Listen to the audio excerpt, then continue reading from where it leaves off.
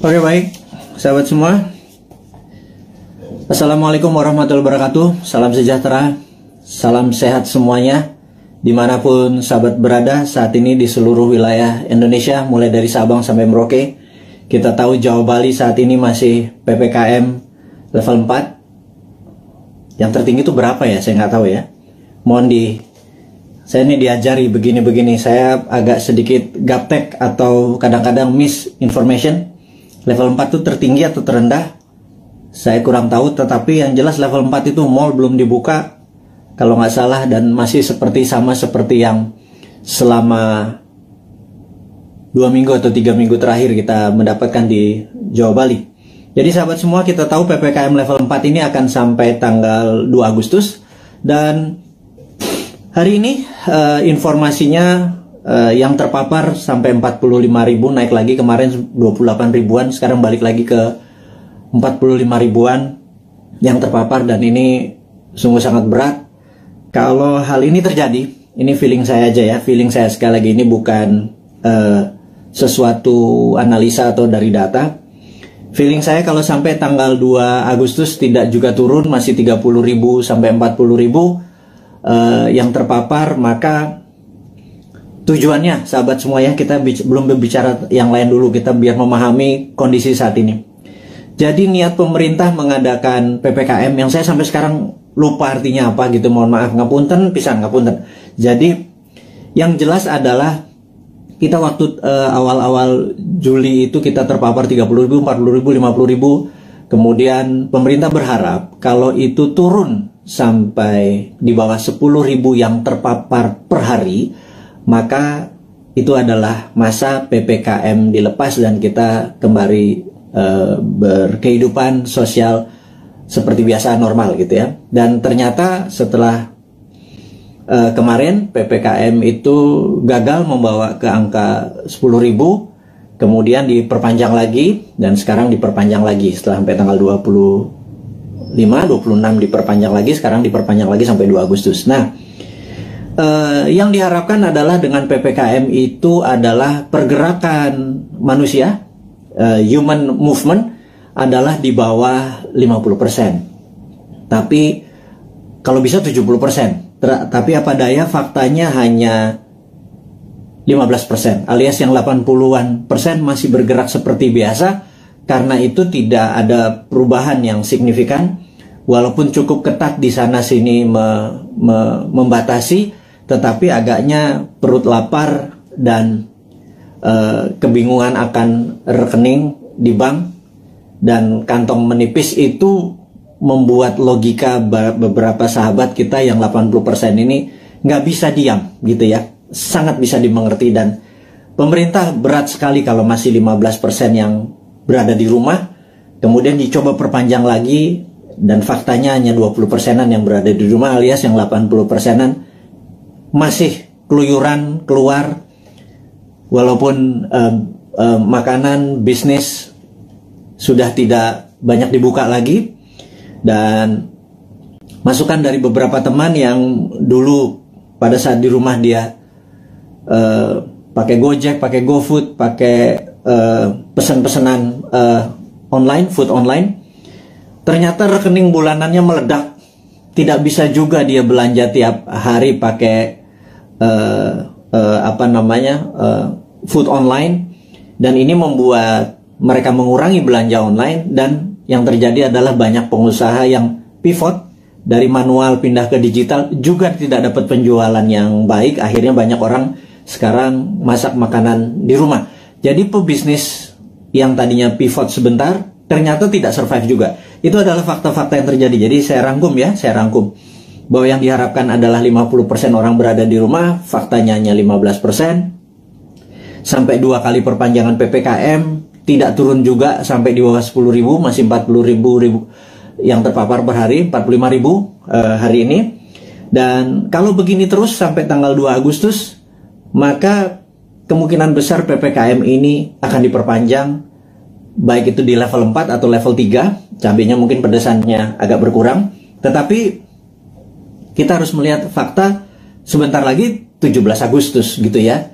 Di sini masyarakat bergerak lagi. Jadi Kalau itu bergerak lagi, masyarakat bergerak lagi, itu tidak pernah turun-turun di bawah 10.000, dan berita buruknya PPKM akan berkepanjangan. Jadi saya pikir masalah pemaparan COVID dengan PPKM ini terbukti tidak efektif gitu ya. Nah, mungkin kalau di setiap rumah dikasih duit 5 juta per 2 minggu, yang di daerah terpapar PPKM per kepala keluarga, mungkin mereka semua akan memilih diam, karena kalau mereka keluar mereka didenda 5 juta gitu ya. Kalau di dalam rumah dikasih 5 juta, jadi kalau keluar rumah di charge 5 juta. Mungkin orang Indonesia tuh memang mungkin jangan-jangan nggak bisa dipanis atau nggak bisa dihukum. Yang orang Indonesia tuh cocoknya adalah diberi hadiah atau diberi insentif. Jadi ya kepada kepala negara, pejabat saat ini, ya mbok pakai alternatif kedua, jangan dilarang. Kasih aja sudah duit, kasih vitamin gitu ya. Udah lepas aja, jangan-jangan ini pakai herd immunity, mungkin ya, karuan aja. Jadi ya vaksin diteruskan, vitamin dikasih setiap rumah, duit dikasih 5 juta sebulan gitu ya. Mungkin mereka akan manut sama pemerintah dan gagasan-gagasan ini tadi. Oke. Kemudian saya juga ingin mengabarkan bahwa kita mempromosikan yang namanya kibarkan bendera putih jika Anda atau sahabat semua punya masalah keuangan, masalah kesehatan, dan tugas sahabat semua adalah menurunkan bendera putih itu dengan menolong mereka. Jadi bendera putih itu adalah tanda, bukan menyerah, bukan kalah. Itu adalah tanda Anda butuh pertolongan gitu ya. Kita bingung kalau bendera kuning nanti di sebagian wilayah dibilang kematian, tapi di daerah Makassar putih malah dibilang kematian. Tapi ini bukan itu masalahnya. Kita hanya ingin memberi signal dari sesama untuk sesama bahwa kalau ada bendera putih naik, tanya dia, tolong dia gitu ya. Tetapi saat ini pemerintah dan partai yang mendukung pemerintah agak sensi gitu ya. Dianggap gerakan bendera putih ini adalah gerakan politik yang menganggap kalau itu banyak bendera putihnya dianggap pemerintah ini tidak perform, dan bendera putih ini gerakannya dicoba diganti dengan memasang bendera merah putih, yaitu pejuang melawan COVID. Ini yang saya sedikit heran, kok sensitif banget sih ya pada saat orang atas nama kemanusiaan bergerak dicap mau berpolitik gitu ya. Enggak lah. Kali ini nih politik nomor 5 kali. Nomor 1 adalah humanitarian atau keselamatan sesama anak bangsa. Kalau pemerintah nggak bisa bantu, kita coba bantu dengan berkontribusi menurunkan bendera putih. Jadi bendera putih sekali lagi bukan gerakan politik.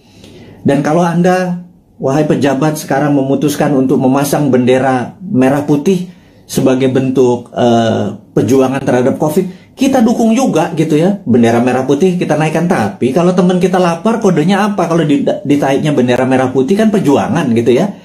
Nah, tapi terlalu politik. Saya lagi, ini bukan politik. Nggak ada niat untuk kita yang mempromosikan bendera putih ini sebagai gerakan politik. Gerakan bendera putih adalah gerakan sosial. Tidak ada niatan untuk berpolitik. Anda aja yang menjabat.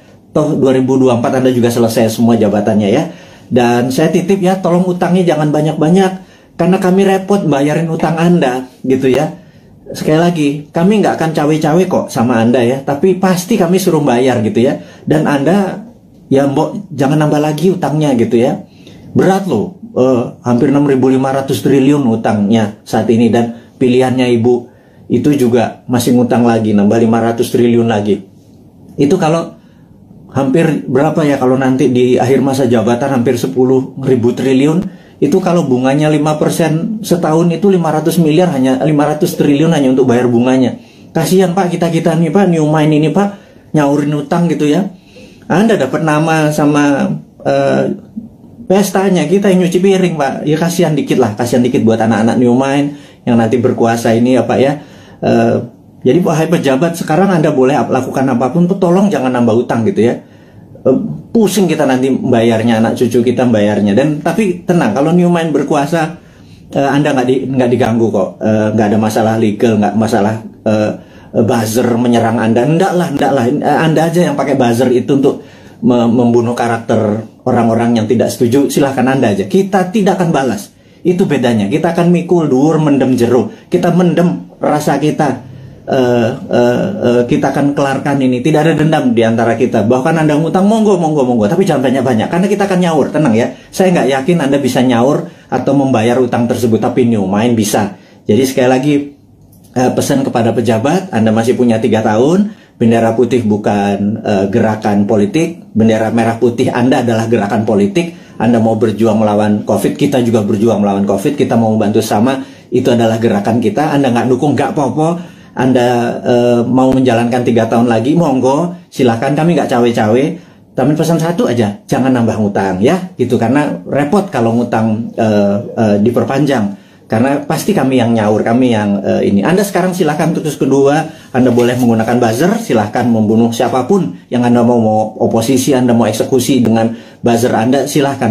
Tapi nanti jangan harap, kami nggak akan gabung dengan oposisi, kami juga nggak akan gabung dengan itu. Kami anggap semuanya old mind ya, mau oposisi mau incumbent, kami anggap semuanya old mind ya. Sekali lagi kami ulangi, New Mind itu menganggap oposisi saat ini dan incumbent itu adalah old mind. Kenapa kami bilang oposisi itu adalah old mind? Karena sampai sekarang oposisi itu tidak juga memberikan solusi kepada pemerintah. Dan kedua, pemerintah saat ini bengep-bengep berjuang gelundang-gelundung sendirian, keberatan, ditolong, disaranin, gak denger, ya wis, kita cuma bisa ngasih saran, kita nggak pernah ngeritik loh, ngeritik kasih saran, atau ngasih saran sekalian, Anda nggak pakai silahkan, nanti kita pakai gitu ya. Jadi sekali lagi, New Mind itu bukan oposisi, New Mind itu bukan incumbent, New Mind adalah NKRI garis lucu, dah gitu ya.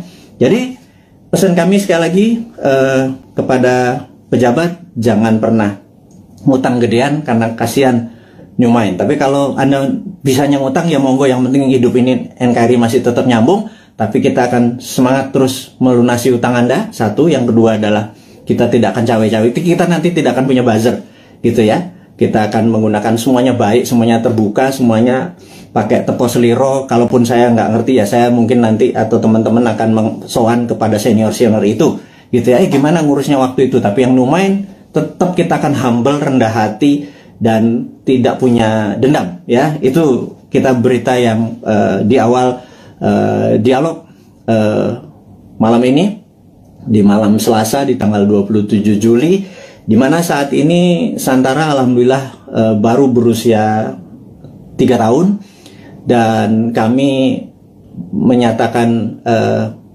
masih perjuangan masih panjang untuk menolong UKM akar rumput. Kami baru saja menyalurkan total 3 tahun itu tidak sampai 200 miliar.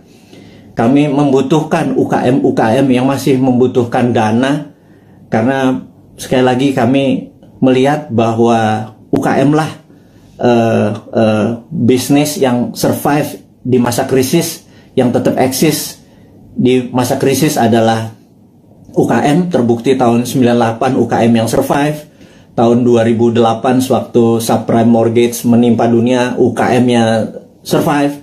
Dan tahun ini, tahun COVID, tahun pandemi, itu pun UKM yang bisa survive.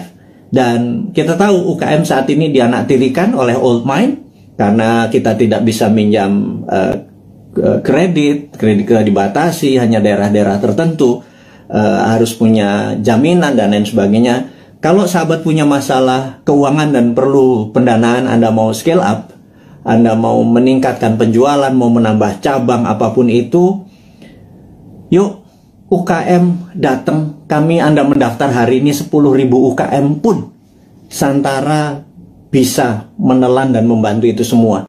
Kami akan gulung komeng kerja keras seperti pemerintah saat ini membantu rakyatnya. Kita membantu sisi UKM-nya saja. Kami siap, dan kami tadi rapat semua di keluarga besar Santara untuk mulai hari ini, tanggal 27 Juli 2021, 3 tahun usia Santara. Kami siap tidak tidur siang malam, membagi jam kerja untuk membantu teman-teman agar UKM-nya bisa sukses, eksis di tengah krisis dengan pendanaan. Yang kedua adalah, kita tahu teman-teman investor, teman-teman yang mempunyai portfolio keuangan, kami sangat menyarankan, Anda saat ini mungkin punya tabungan, deposito, mencari tempat investasi. Anda tidak perlu investasi besar yang beresiko, seperti misalnya di dunia properti Anda harus beli tanah dulu, seperti di usaha-usaha yang lainnya. Sementara uang atau modal Anda terbatas, katakanlah kecil, di bawah 10 juta, di bawah 20 juta gitu ya, dimana investasi yang lain besar-besar. Urun dana adalah kita bersama-sama bergandengan tangan membantu UKM. Jadi underlying uang kita adalah UKM, dunia nyata, dunia real. Jadi kalau Anda punya 10 juta, 2 juta, 1 juta, berapapun itu, kalau di deposito nggak ada artinya, ditaruh di ATM atau habis gitu ya, ditaruh di bini apalagi gitu. Nah, cobalah portfolio Anda, keuangan Anda mulai dibagi-bagi.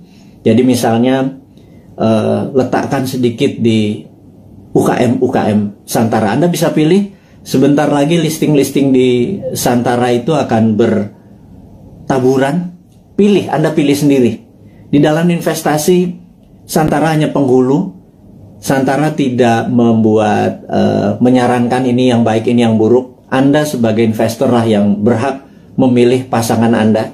Kalau Anda adalah cowok investor, maka UKM adalah ceweknya gitu ya. Cari yang cantik, yang pinter, yang terus belajar gitu ya, untuk jadi pasangan investasi Anda. Jadi saya sangat sarankan kalau Anda berminat menjadi investor di Santara, hubungi nanti di IG-nya Santara, ada nomor investor. Kalau Anda mau invest, Anda nggak usah pikir, wah saya nggak punya duit 100 juta, kita nggak butuh. Sahabat, kita yang butuh adalah uang-uang yang nganggur, yang receh, ketimbang ditaruh di tabungan Anda di celengan babi itu, namanya juga celeng gitu ya. Anda pindahkan aja 1.500.000 uang Anda itu, pindahkan ke UKM. Jadi ada dua hal: satu, Anda bisa dapat dividennya; dua, Anda menolong ekonomi saudara kita sendiri, para UKM. Jadi itulah filosofi Santara dan niat Santara untuk membantu. Dan Santara saat ini kami ingin melaporkan juga bahwa dalam 2-3 tahun ke depan, dan mulai dari ulang tahun yang ketiga ini, kita akan membuat Santara Internasional. Jadi Santara Viet di Vietnam, Santara Thai di Thailand, dan Santara Filipina. Itu 3 negara akan kita buat duluan. Jadi kita ingin Santara ini go internasional. Itu kita udah siapkan, kita udah ada mitranya.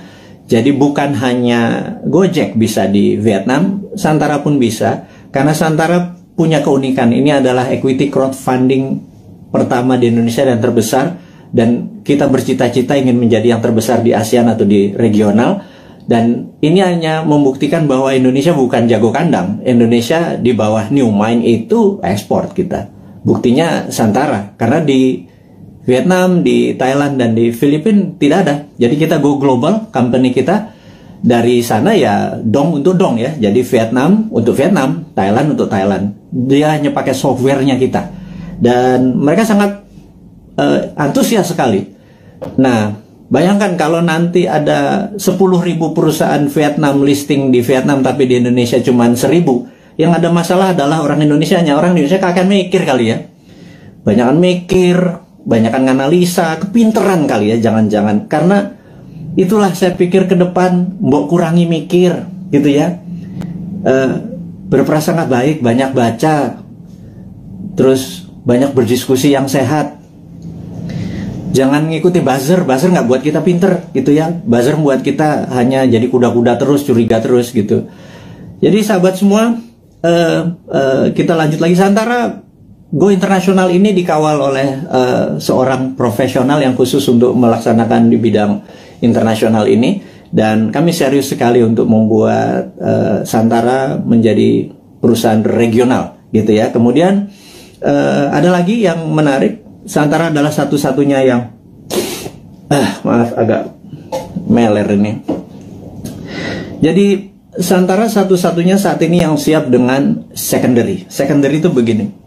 Kalau Anda invest, Anda ingin exit, itu exitnya bisa di secondary. Jadi investasi itu ada dua. Satu dari dividen. di mana Anda dapat benefitnya, dividen. Dua adalah kenaikan dari nilai saham tersebut. Dan kenaikan nilai saham tersebut bisa Anda lepas di mana? Di secondary market. Jadi kalau Anda misalnya saat ini di IDX atau di Bursa Efek Indonesia, Anda membeli saham katakanlah BCA gitu ya, harganya lupa saya sekarang berapa, 30.000 atau 29.000 kali. Begitu Anda membeli, suatu hari harganya menjadi 30.000 atau 31.000, ada untung 1.000-2.000 perak. Anda selain dapat dividen dari BCA, Anda juga bisa exit, dapat 1.000 atau 2.000 rupiah per lembar saham yang Anda beli. Jadi Anda dapat capital gain-nya gitu ya. Nah, capital gain itu eksekusinya ada di secondary market. Jadi kalau Anda sekarang pemain kripto, Anda doge, Anda beli Bitcoin di harganya harga dari langit, misalnya 100 juta, sekarang harganya 101 juta, Anda jualan untung 1 juta.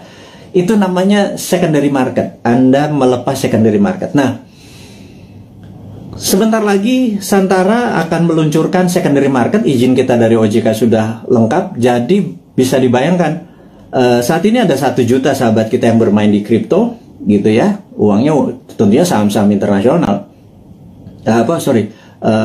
koin-koin yang Anda main adalah koin internasional, jadi uang Anda sebenarnya menguntungkan negara lain. Terus kemudian di Bursa Efek Indonesia juga ada sekitar 1,2 juta investor yang setiap hari ada di floor saham untuk jual beli sahamnya.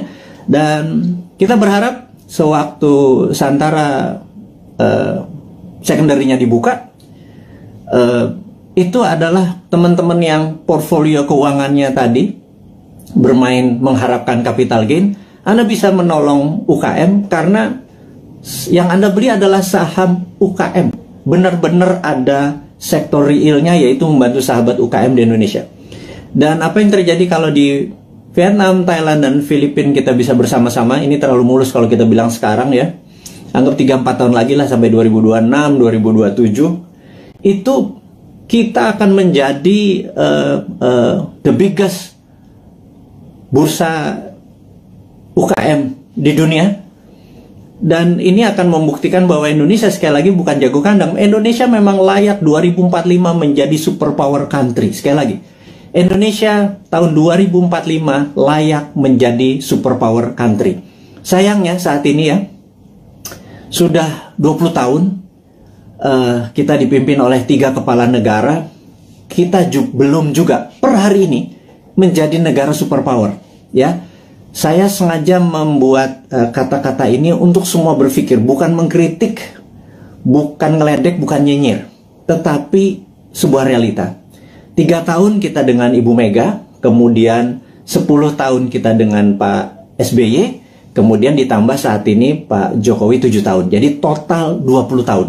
Pertanyaannya, apakah Indonesia sudah menjadi negara superpower dalam 20 tahun? Jawabannya, kita masih negara pengimpor, kita masih negara penghutang, kita masih bergantung yuan dan dolar. Apakah itu dikatakan negara superpower? Gitu ya. Defisit neraca perdagangan kita sama Tiongkok membesar, gitu ya. Produsen kita juga bukan barang-barang yang nilai tambah, tetapi masih bahan baku atau komoditi. Apa yang terjadi? Ini loh yang kita mau tanya. Wahai sahabat semua, yuk kita mikir bersama ya. Kita mikir bersama.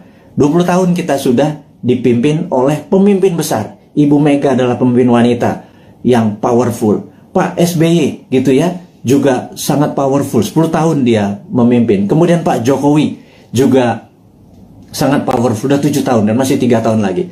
Total 20 tahun saat ini.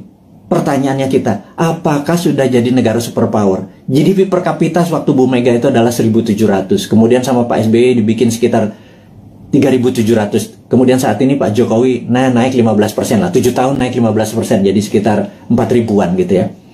Kalau Pak SBY naiknya 220%. Kemudian Bu Mega naik sekitar 15% 3 tahun. Jadi saat ini kita ulangi lagi, apakah Indonesia menjadi negara superpower selama 20 tahun 3 presiden ini berkuasa? Nah, kemudian di 2024 para calon-calon yang ada itu genre politiknya adalah mirip dengan ketiganya. Misalnya kita sebut aja Pak Prabowo, ya dia adalah ke Ibu Mega gitu ya. kemudian ada AHY mungkin ya, itu dia ke arah Pak SBY. Kemudian ya ada nama-nama seperti Pak Ganjar, Erick Thohir dan lain sebagainya, seperti istana sekarang atau Pak Jokowi genrenya.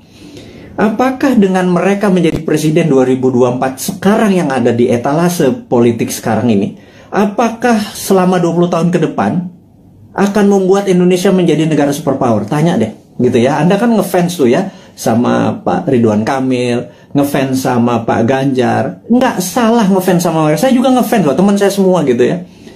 Tanya, 5 tahun dengan mereka, 10 tahun dengan mereka itu akankah membuat Indonesia menjadi negara superpower gitu ya? Nah, pertanyaan berikutnya.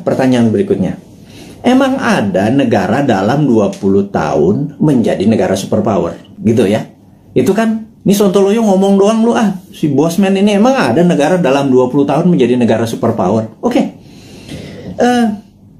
Saya ini saya pembaca buku cukup gila gitu ya, dan dari video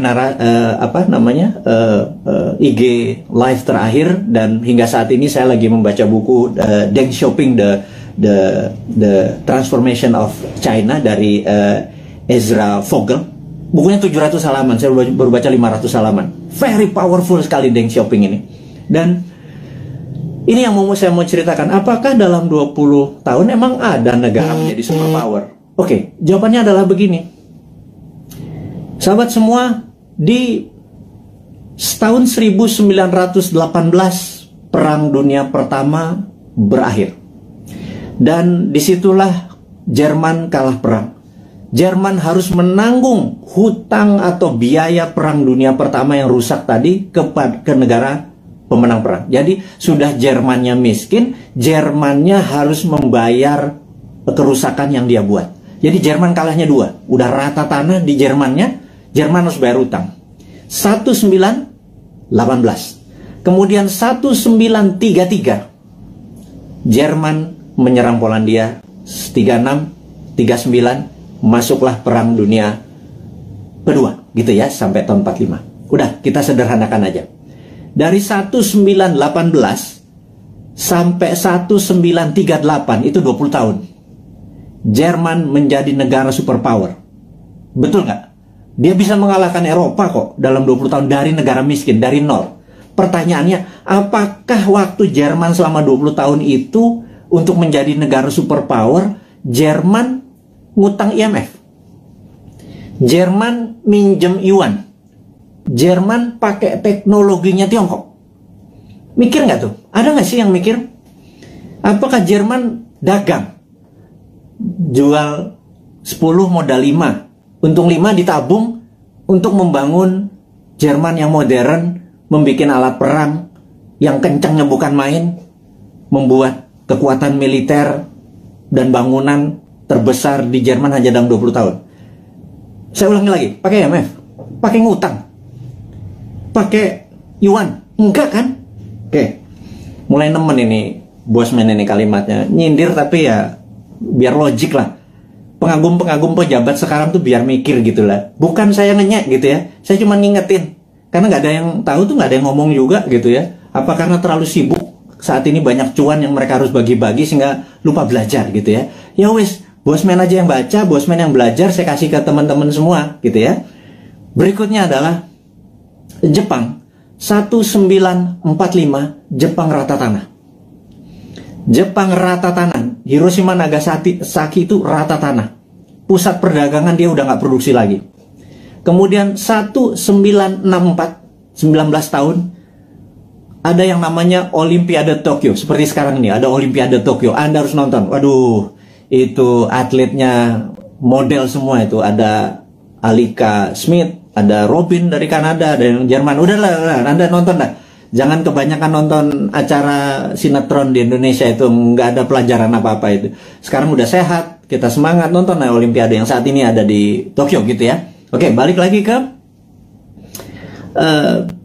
selama 19 tahun, kemudian Jepang membangun di tahun 1964 Jepang mengadakan Olimpiade Tokyo, dan itu adalah Olimpiade modern pertama di dunia. atlet-atlet yang datang ke sana terkagum-kagum, kok bisa Jepang menjadi negara yang sangat maju gitu ya di dalam tahun 64 itu. Dan kemudian tahun 80-an alias 20 tahun setelah itu, kita bicara tahun 80-an, ada Sony, ada Toyota itu menguasai dunia seperti China sekarang. Jadi ternyata bisa tuh menjadi negara superpower dalam 20 tahun gitu ya.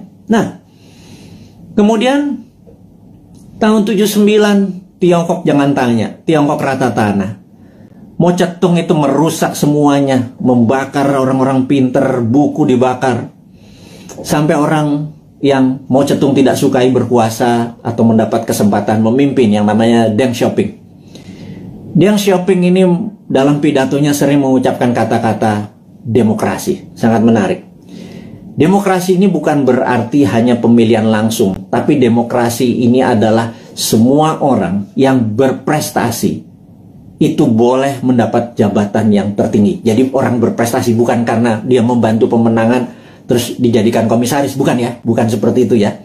Jadi benar-benar berdasarkan merit atau prestasi, namanya meritokrasi.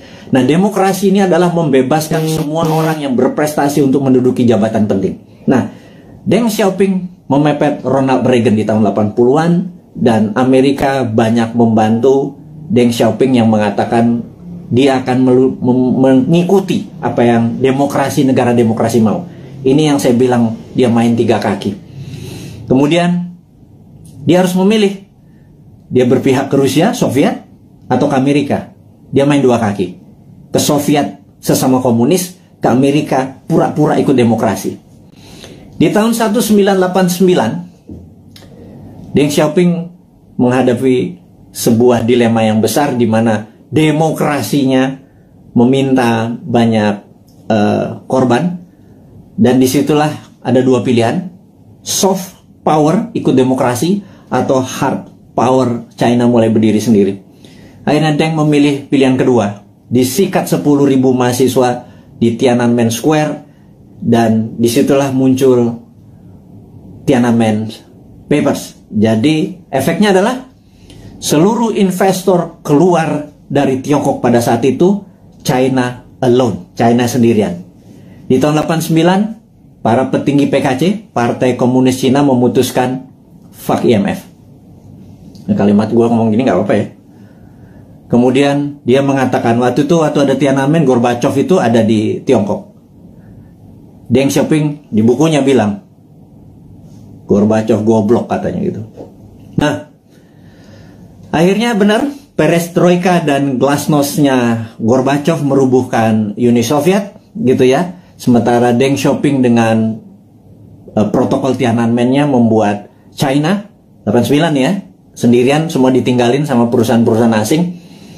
Dia mulai memprinting renminbi dengan yuan dan lain sebagainya, itu udah saya lama ceritakan. Puncaknya adalah tahun 2008 pada saat Olimpiade Beijing. Jadi tahun 1989 sampai 2008 adalah 19 tahun. Oke, kita buletin aja. 20 tahun. China menjadi negara superpower. Sekali lagi, sejak saat itu sampai sekarang 20 tahun kemudian 2013, China punya policy mulai ofensif, mulai menyerang, mulai keluar untuk membuktikan kedikjayaannya dia. Selama 3.000 tahun, Tiongkok adalah negara trader terbesar di dunia. 200 tahun terakhir, Eropa masuk ke Shanghai, ke Beijing, dikasih narkoba, opium, membuat goblok orang-orang Tiongkok, dan membuat Deng Xiaoping bilang, kita harus merebut balik. Kemudian apa yang terjadi 20 tahun setelah tahun 89, tahun 2008 adalah puncak ekonominya Tiongkok, dan sekarang dia terus berjalan. 20 tahun kemudian, dalam 40 tahun, Tiongkok kembali menjadi negara trading terbesar di dunia dan negara kedua terkaya setelah Amerika. Sekali lagi, sahabat semua, ini membuktikan bahwa dalam 20 tahun harusnya Indonesia bisa menjadi negara superpower. Setidaknya road to become superpower country. Nah, 3 tahun Bu Mega, 10 tahun Pak SBY, dan 7 tahun Pak Jokowi, dia sudah do the right thing. Sekali lagi, sudah do the right thing. Ke depan, 20 tahun ke depan, sampai 2045, Indonesia untuk menjadi negara superpower, apakah genre old mind Anda masih mau pakai? Kalau Anda pakai ya silakan, karena ini kan demokrasi, gitu ya. Tetapi kalau Anda mau memakai new mind, ini persis seperti apa yang Tiongkok lakukan, seperti Jerman lakukan, seperti Jepang lakukan. New mind punya konsepnya. Monggo, yang menjadi presiden yang Anda sekarang ada di etalase, monggo. Tetapi kalau mau pakai konsepnya new mind, kita sudah lengkap. Inilah sahabat semua, sahabat-sahabat Bosman kaum Sontoloyo dari Republik Sontoloyo ini. Saya minta Anda semua sekarang mempromosikan ini semua. Bukan karena Bosman mau jadi presiden. Enggak, lupakan. Enggak penting. Yang penting kita cuma sejahtera. Untuk sejahtera itu harus punya konsep menjadi negara besar di tahun 2045. Gitu ya. Nah, untuk itu sekali lagi sangat rinci.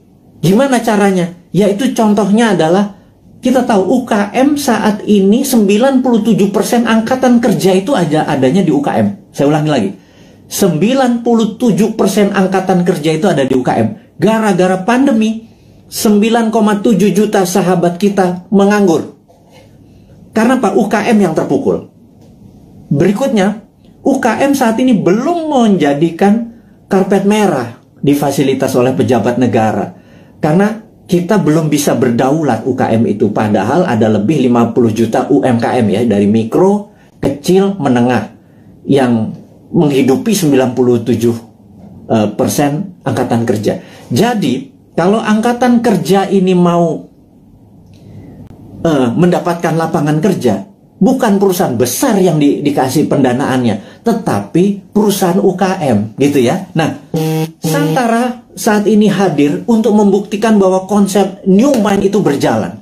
Dari kita untuk kita, dari sesama untuk sesama. Ingat, bendera putih adalah dari sesama untuk sesama. Kita nggak perlu IMF, kita nggak perlu Yuan, kita nggak perlu Jepang, kita nggak perlu Amerika, kita nggak perlu Tiongkok. Setuju ya? Dari kita untuk kita, itu bendera putih. UKM juga harusnya dari kita untuk kita. Jadi investor receh masuk 2 juta, 200 ribu, 500 ribu. Tolong angkat itu UKM. Ada jutaan UKM yang mau kita angkat. Ada jutaan sahabat kita juga punya duit nganggur gitu ya. Gabungkan semua. Santara hanya platform. Santara bukan membuat UKM besar. Yang buat UKM besar ya para UKM-nya.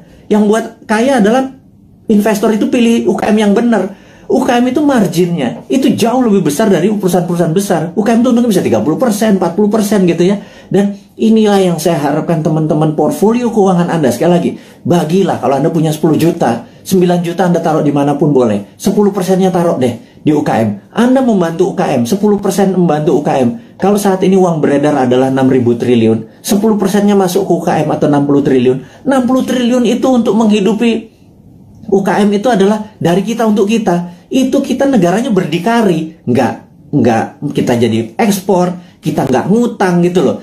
Nah, sahabat semua, di ulang tahun Santara ketiga dengan berapi-api si Bosman Sontoloyo ini ngapunten minta izin tanpa niat menyinggung siapapun, tetapi kita mengkritik diri kita sendiri bahwa yuk 20 tahun kita ucapkan terima kasih kepada pemimpin-pemimpin kita yang telah membawa kita ke saat ini, kita masih utuh negaranya. Dan ke depan kita harus mempunyai konsep baru. Konsep baru ini adalah yang kita akan lakukan adalah membangun akar rumput, gitu ya. Membangun akar rumput ini adalah bisnis akar rumput kita bantu, adalah investor akar rumput kita bantu. Jadi itu adalah informasi. Dan ini terakhir berita internasional. Jadi ada 3 step tadi ya, lokal tentang pandemi, bahwa kita belum melihat pandemi ini akan berakhir sampai habis 17 Agustus sampai Agustus, belum melihat. Kalau ditambah tadi masih itu, jadi kita harus melakukan strategi-strategi. Tetapi, nah ini kita harus bicara tidak selalu sisi negatifnya. Selalu setiap hoax itu ada key, setiap jatuh itu ada naik gitu. Setiap jatuh pasti ada peluang. Nah, sahabat semua, kita mau mengingatkan bahwa kapan moment of greatness dari Indonesia itu. Moment of greatness adalah mulai Oktober 2022. Bukannya jauh ya, itu angka dekat sekali. Kenapa? Karena G20 akan diselenggarakan bulan Oktober di 2022. G20 ini adalah government 20 negara akan hadir, di mana saat itu ini adalah moment of greatness dari bangsa Indonesia untuk membuktikan bahwa kita negara yang layak untuk dijadikan tuan rumah. Dan pada saat itu kita harus menyiapkan, sahabat semua, menyiapkan sesuatu untuk momen sebesar ini itu tidak semalam atau 2 malam. Itu menyiapkannya dari sekarang ini. Jadi peluangnya besar sekali. Dan kita mau minta deal dengan dengan Pak BUMN, Pak Erik, dengan Pak Sandiaga Uno untuk acara G20 itu 80%-nya adalah UKM yang memberikan kontribusi bantuannya gitu ya. Nanti kita akan deal bersama-sama nih. Kemudian ada berita internasional sekarang. Kita mau duluan. Nomor 1 adalah kita menginformasikan bahwa kemungkinan besar Biden akan resign. Nah ini Bosman ini kalau ngasih informasi ini rada-rada langitan sedikit. Bukan apa-apa. Karena berbisnis, bernegara, itu kita bukan hanya menyadari kekuatan politik lokal atau minat dari lokal, bahwa kekuatan asing itu patut dipertimbangkan, gitu ya. Dan kita tahu cara berpolitik 7 tahun terakhir ini kental politik lokal, gitu ya. Tidak peduli sama politik luar negeri. Bahwa misalnya kita sangat miring ke Tiongkok gitu ya. Seakan-akan di dunia ini negara cuma Indonesia dan Tiongkok gitu. 190 negara lain tuh nggak kenal tuh. Emang ada negara Nauru ya, emang ada Solomon Island ya, emang ada negara Sri Lanka ya, gitu ya. Ini saya suka heran gitu ya, kok negara Tiongkok apa-apa Tiongkok gitu ya. Nah, kita cuma mengingatkan itu kan old mind, cuma satu negara yang ada di kepala mereka. Kalau new mind negara itu 190 negara gitu ya. Nah, kita harus melihat bahwa kemungkinan besar Biden akan resign. Hanya sekedar mengingat bahwa kita tahu Trump waktu kalah itu ada yang mengatakan 4 negara bagiannya direkayasa. Dan pada saat malam sebelum pelantikan Biden melakukan lobby, dan ini saya ceritakan kepada sahabat semua, ke Pentagon. Dan Pentagon agaknya mempunyai limit terhadap Biden karena dia dianggap lemah dan Amerika tidak bisa menang perang lawan Tiongkok kecuali Biden dilengsarkan dengan alasan kesehatan. Ya, ini sekali lagi. Kemudian naiklah Kamala Harris, dan ini kuncinya, siapa yang jadi wakil presidennya Kamala Harris, that's the key. Saya nggak bisa kasih tahu sekarang karena saya emang nggak tahu. Tetapi ini harus menjadi perhatian sahabat semua, jadi bahan renungan bahwa oh iya, bernegara itu ada negara besar gitu ya. Karena dolar saat ini menguasai 65% transaksi dunia, dan itu namanya Amerika. Yuan saat ini cuma 1%-an yang namanya Tiongkok gitu ya. Terus kenapa transaksinya pakai yuan, kita juga nggak ngerti kadang-kadang. Terlalu pintar mungkin ya, karena banyak prestasi. Jadi kita yang nggak nyampe ilmunya. Oke, kemudian kita mau mengingatkan adalah begitu Biden nanti resign atas nama kesehatan, maka di sini Tiongkok yang mulai ketar-ketir. Jadi Tiongkok memang waktu kemarin PKC, Partai Komunis Cina, merayakan ulang tahun ke-100, Xi Jinping dengan retorik, dengan pidato yang orasi luar biasa, mengatakan bahwa akan memenggal kepala negara yang membuli Tiongkok. Dan ini kata-katanya sangat ofensif gitu ya. Jangan-jangan kalau gue yang jadi presiden dipenggal duluan sama dia, karena kan gue ngebully terus dia kan, gitu ya. Ngebully sebenarnya bukan anti Tiongkok. Kita akan terus bermitra dengan siapapun. Kita akan tiru bagaimana Tiongkok jadi besar, tetapi kita bukan negara yang dirugikan. Buktinya saat ini trading kita dengan Tiongkok adalah Tiongkok yang surplus, kita yang defisit. Jadi kita kalau menjadi presiden nanti, kaum Newman bilang kita harus impas dong, jangan lo yang positif, kita juga harus positif atau impas, jangan kita yang defisit gitu ya. Tapi itu perlu strong lobbyist gitu ya, bukan yang mimpin lobbynya adalah diplomatik NKRI garis lurus, bukan trader gitu. Kalau trader ya negara untung rugi nggak peduli, yang penting kantong gue tebel gitu kan. Nah itu ya itulah, siapa yang masih memuja-muja orang-orang itu, Anda harus ingatkan. Suatu hari Anda tidak menjabat gitu ya. Nah, tapi ingat, kita bukan tipe balas dendam. Gitu aja bedanya New Mind. Kemudian kalau kedua, Xi Jinping mengatakan bahwa dia akan melakukan aneksasi Taiwan, Hong Kong dan Macau. Kemudian dia juga menyiapkan 100 silo dengan hulu ledak nuklir. Silo adalah tempat peluncuran roket berkepala nuklir. Ini menunjukkan Cina benar-benar ready untuk war. Nah, pertanyaannya, apakah akan terjadi war physical? Di sini kita mau mengingatkan bahwa sewaktu kita melihat dari sisi Amerika, apakah Amerika akan melakukan naval war? Karena perang China sama Amerika battlefieldnya atau tempat perangnya adalah Laut Cina Selatan. Karena perangnya laut, maka perangnya naval. Naval itu adalah perang kapal. Jadi kapal Amerika mungkin mepet sampai China, Tiongkok sisi barat, sisi timur. Kemudian sebelum mepet tersebut, roket-roketnya Tiongkok langsung mukulin kapal di navinya kapalnya Amerika. Tapi kayaknya nggak mungkin, karena itu tidak berefek kepada mainlandnya Amerika. Dan perang di laut itu mahal, gitu ya. Perang di laut itu mahal. Jadi sahabat semua, apa yang dilakukan kalau perang ini terjadi? Perangnya ada dua, yang kita sebut ini perang baru. Perang baru, saya baru baca bukunya soalnya. Saya ini kaget-kaget dengan istilah baru. Saya nggak yakin para pejabat sekarang sempat baca. Jadi ya udah kita ajarin aja mereka dengan ini, namanya invisible war atau perang yang tidak terlihat. Perang tidak terlihat ini ada dua. Nomor satu, kita tahu bahwa Amerika punya angkatan ke-6 yang namanya Space Army, ya. Angkatan ke-6 Space Army Amerika ini yang perangnya nanti perang bintang atau Space War, karena dia punya orbit tertinggi. Jadi orbit posisi satelit, posisi orbit satelit Amerika itu di orbit tertinggi, karena posisi dia di atas dari 1000 satelit Cina. Kita tahu di dunia ini ada sekitar 20.000 satelit. 60% adalah milik Amerika. Cina cuma 1000. Itu ditembakin semua satelitnya dari pakai laser magnetic beam yang Amerika saat ini punya. Itu pasti China shutdown itu, gitu ya. Kemudian kita mau mengingatkan lagi, invisible war kedua adalah pandemi, gitu ya. Jadi dihajar dengan pandemi di sisi bawah, di atas, yang tidak kelihatan juga di sisi battle space, perang udara. Nah, teman-teman, apapun yang terjadi perang antara gajah, dua gajah itu jangan pelanduk mati di tengahnya, jangan Indonesia mati di tengahnya. Karena itu kita selalu menantang old mind ini, punya plan B nggak, gitu ya. Sekali lagi, punya plan B nggak kalau benar-benar ini terjadi? Karena kapanpun bisa terjadi. Anggap tidak terjadi, tapi kan plan B tetap harus punya, gitu ya. Gitu. Misalnya kita tanya lagi, kalau vaksin yang 150 juta sudah divaksinin semua warga Indonesia, tetapi tetap aja COVID tetap merajalela, punya plan B nggak, gitu ya? Nah, kalau nggak punya plan B, ini bernegara model apa sih kalian itu, gitu ya?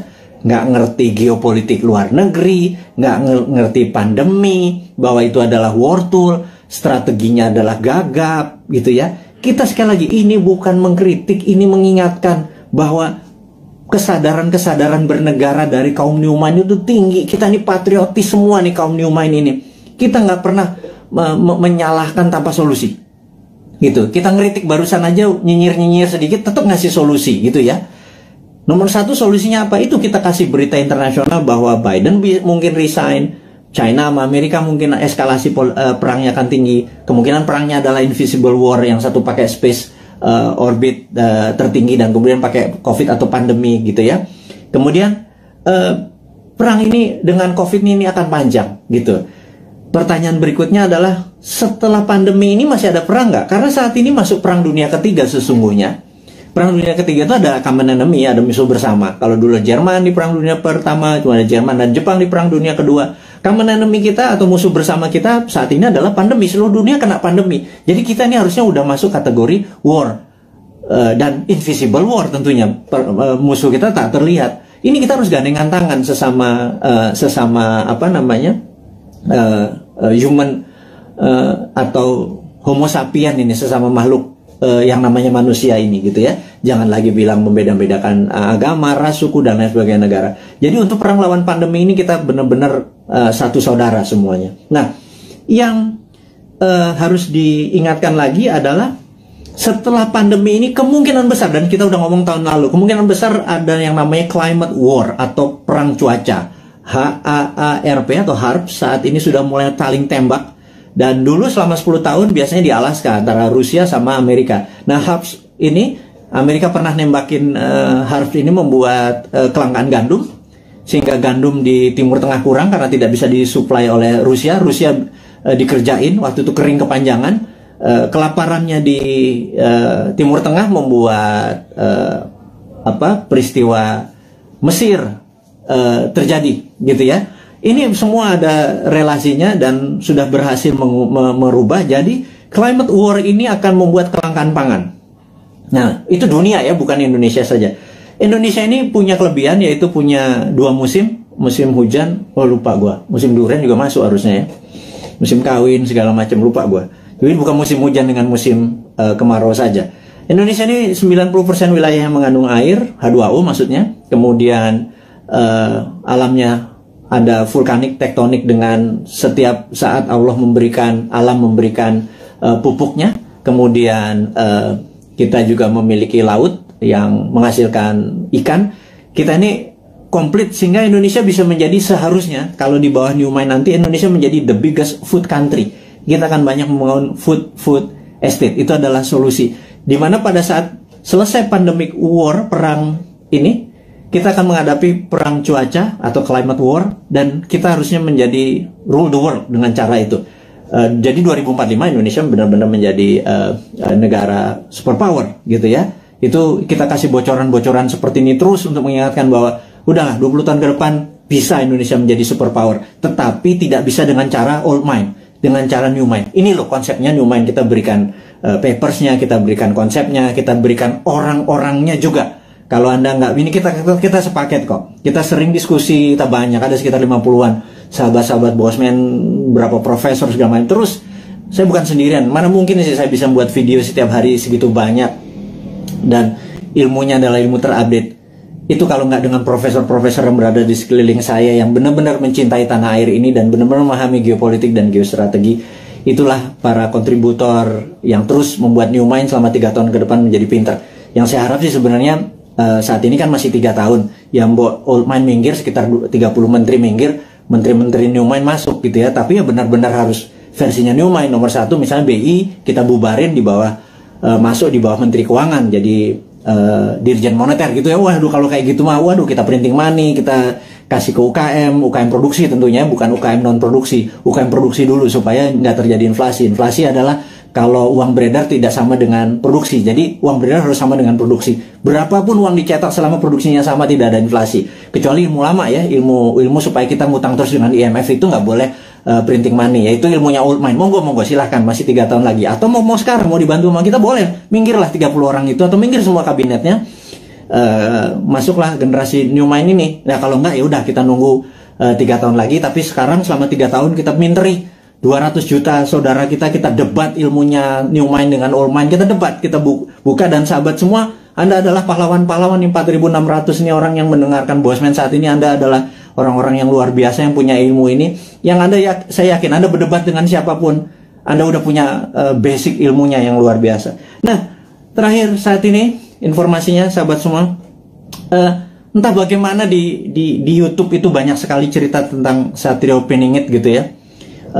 Ini saya mau meluruskan lagi. Satrio Piningit adalah dulu Jayabaya menyatakan pada saat ada goro-goro, dan corona ini dianggap goro-goro yang meruntuh lantakan dunia, ini akan muncul Satrio Piningit atau Satrio yang dipingit gitu ya, dipingit, diumpetin gitu ya.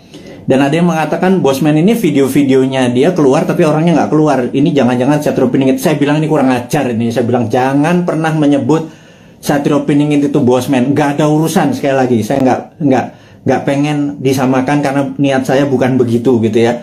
Terus ada yang bilang bahwa Pak Soekarno itu Jawa Timur atau Majapahitan, Pak Harto Jawa Tengah atau Mataraman gitu ya. Kemudian Pak SBY adalah Jawa Timuran, Majapahitan, Pak Jokowi Jawa Tengah, Mataram. Sekarang sudah masanya balik lagi ke Jawa Timur, Majapahitan, Bosman, arek Jawa Timur, terus cocok Majapahitan. Saya bilang lo gila, lo analisa kayak gitu jangan ya.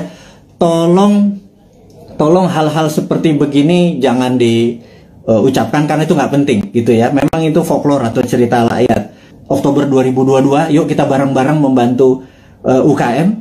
Kemudian kita tahu bahwa pandemi ini masih lama karena memang didesain atau pandemik atau pandemi yang diplan, yang direncanakan, ada yang ditarget. Kita terus menjaga kesehatan, dan kepada tenaga medis, tenaga kesehatan, kami semua di belakang Anda, jangan pernah menyerah. Terima kasih Anda sudah memberikan hati Anda, tenaga Anda.